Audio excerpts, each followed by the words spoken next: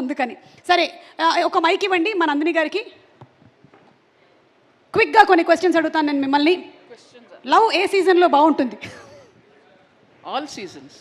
Okay, Neeraja గారు, లవ్లో చెప్పే అబద్ధాలు ఏంటి? I love you.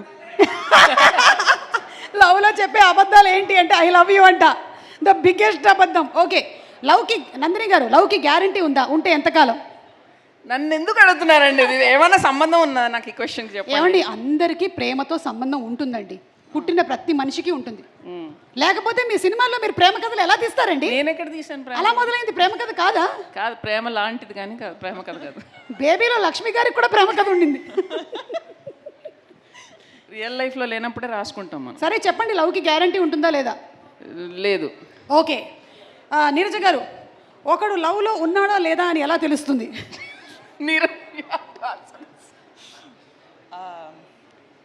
చూడండి, అక్కడ చూడండి, కొంతమంది ఫేసులు చూస్తే మీకు అర్థమవుతుంది వాళ్ళు లవ్లో ఉన్నారా లేదా. అదిగో నవ్వుతున్నాడు చూడండి, 32 పళ్ళు బయట ఉన్నాయి. నాకు ఎందుకో డౌట్గా ఉంది అతను లవ్లో లేడని. ఆ టైంకి మనకు కావాల్సిన నిజం మనం నమ్మేయడం అంతే.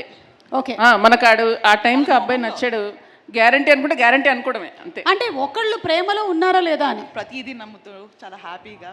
ఓకే, అన్నిటినీ నమ్మడమే, వాళ్ళు లవ్లో ఉన్నారు అని నమ్మడమే. ఓకే, లవ్ మ్యారేజ్ బెస్టా, అరేంజ్డ్ మ్యారేజ్ బెస్టా? ఇది నందిని గారే చెప్పాలి. I'm the perfect candidate for that. కరెక్ట్గా 1 year తర్వాత రండి, దీనికి ఆన్సర్ ఇస్తాను. 2 ట్రై చేస్తాను నేను ఈ లోపు. అవునా? ఓ మై గాడ్, 8 వసంతాల్లో గుడ్ న్యూస్ చెప్పిన నందిని రెడ్డి గారు. ఓకే, మిమ్మల్ని నీరజ గారు, మిమ్మల్ని ఇన్స్పైర్ చేసేటువంటి ఒక ఉమెన్, ఎనీబడి, ఇండస్ట్రీ కానీ బయట కానీ, నా పేరు కాకుండా. I think Samantha. It's very easy. Sam for me. Sam, Samantha, super. మీ నందిని గారు, మీరు చూసిన బెస్ట్ లవ్ స్టోరీ? సుమ గారు, రాజీవ్ గారు. అది పెళ్లి story. Okay, last question Neeraja గారు, పెళ్లి చేసుకోవడం ఒక రెస్పాన్సిబిలిటీయా లేకపోతే ఒక అడ్వెంచరా? Both. It's a little bit of both. It's Yeah. ఇప్పుడు మీకు ఏ ఫేజ్ నడుస్తుంది?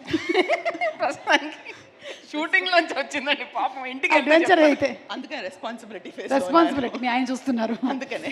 ఓకే, క్వశ్చన్స్ అయిపోయాయండి. ఇంకా మీరు ఏం చెప్పాలనుకుంటున్నారో చెప్పండి. 8 వసంతాలు అనేటువంటి cinema with Shruti Ayodhya as the main character వస్తుంది కాబట్టి వాట్